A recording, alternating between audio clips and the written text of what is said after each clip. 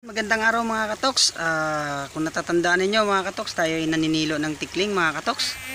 So nakakuha ako ng tikling mga katoks. Ang problema nga lang ay yung aking video mga katoks ay nabura ko.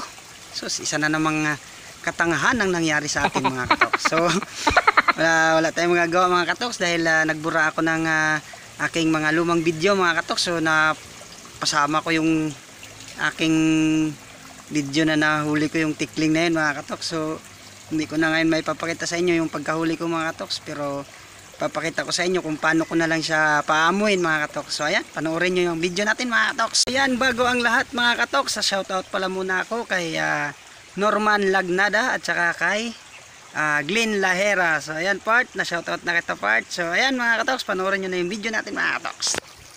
So ayan mga katoks, ito na yung nahuli natin na tikling mga katoks, pangatlong araw ngayon. Ayan.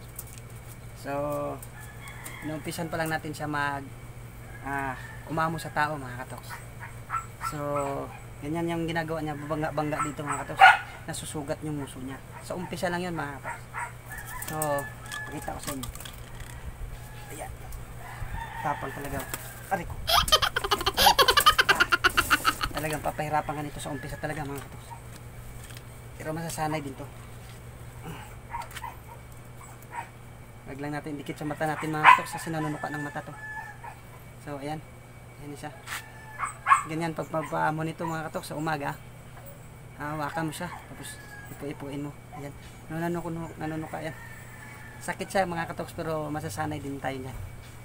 So ayan, noong unang araw mga katoks, hindi talaga siya kumain maghapon na pagkahuli ko sa kanya. So nilagyan ko ng tape dito yun mga katoks para hindi masugatan yung kanyang pinakapuno dito. Hindi siya masugatan, pero nasugatan pa rin ng konti. Yan, pero babalik din yan mga katoks, babalik din pagka nagtagal. Tinanggal ko na yung tape niya nung pagka 2 araw, tinanggal ko na yung tape. Hindi na siya masyadong bumabangga dito mga katoks kasi nasasaktan na siya. Ayan, hindi na siya bumabangga. Tapos pangalawang araw, hapon, binigyan ko ng isda mga katoks na maliliit na buhay. Kinain niya mga katoks. So ibig sabihin may tsansa na mabuhay natin ito mga katoks.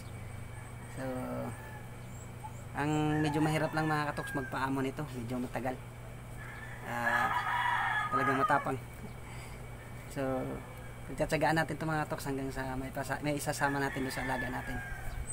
Yan, ganyan lang magpaamo ng tikling mga katoks. Huliin mo muna yung kanyang ugali. Yan o, ngayon nagawa niya ng laruan yung pagtutuka sa kamay ko mga katoks. Kada umaga pagising, ipuin mo lang siyang ganyan, hipan mo, pero iwasan mo lang na mapalapit sa kanyang tuka mga katoks kasi nanunukan ng mata. Yan lang mga katoks. So pangatlong araw ngayon mga katoks na nandito na siya. Huwag nyo lang kalimutan mga katoks sa kanyang kulungan na maliit, huwag mo lang kalimutan lagyan ng tubig lagi mga katoks kasi laging uhawin to. O baka mamatay sila pagka hindi makainom. Ayan mga katoks, the best. So ibabalik na natin dun sa taas mga katoks, sa kanyang lagayan mga katoks, kasi baka masyado siyang ma-stress mga katoks. Sa sunod na araw na naman, bukas na naman umaga, ipuin na naman natin ulit.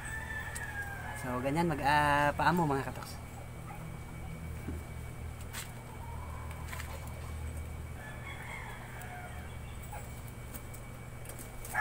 So ayan mga katoks, bibigyan natin siya ng pagkain na maliliit na isda. Ayan, yan. Ayan mga katoks, maliliit na isda. Papakain natin sa kanya mga katoks. Yan lang sa umpisa mga katoks, hanggang sa pag kumain na sa nyan, unti-untiin natin lagay ng mga feeds mga katoks para masasanay na rin siya sa feeds. So sa ngayon nahirapan talaga tayo kasi umpisa pa lang mga katoks. So testingin natin mga katoks. Tingnan natin kung kakain siya mga katoks. Takpan muna natin doon sa kabila para hindi niya makita na may tao. Aray, nanunuka pa rin. Lakas man ka. Ayan, takpan natin doon sa kabila. Tapos ilagay natin yung kanyang isda mga katoks.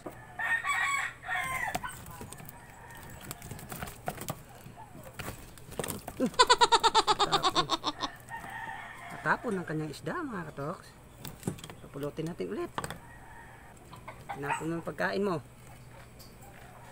Pag hindi ka kumain, mamamatay ka, bahala ka. So, mahirap talaga sa umpisa. Ganyan talaga.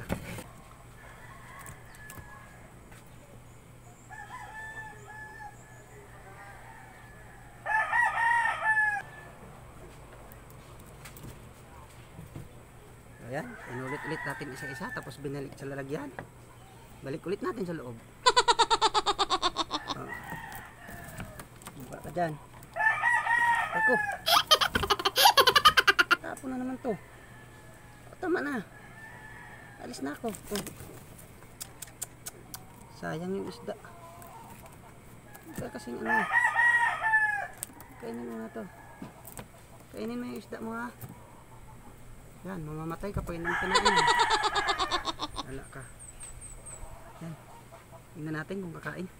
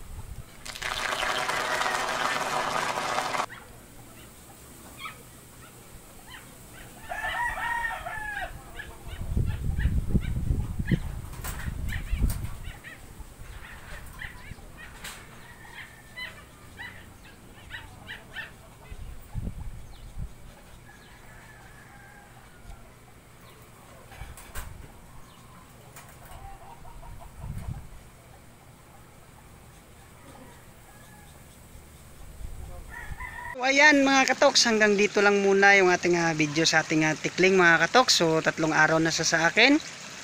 Abangan nyo na lang mga katoks yung susunod na video natin mga katoks, yung paano natin siya mapapaamo at paano natin siya isasama dun sa ating alaga mga katoks na tikling. So ayan, maraming salamat sa panonood mga katoks. Abangan nyo yung susunod kong video doon sa aking tikling mga katoks. Maraming salamat mga katoks.